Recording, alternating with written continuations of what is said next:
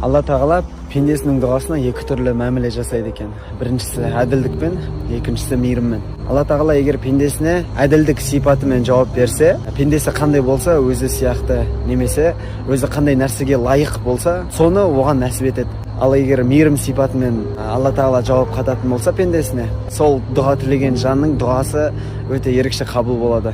Мейлі ол жаман болсын, мейлі ол салихалы жарға, достойын әйел немесе күйеуге лайық болмаса да, Алла тағала оған мейіріммен жауап қайтарса, онда ол ерекше нығметке бөленеді. Сол үшін дұға тілеген кезде лайық болмасаңыз да салихалы жар, салихалы ұрпақтың жалғастырушысы бола алатындай жарды, иманды жарды сұраудан ұялмаңыздар.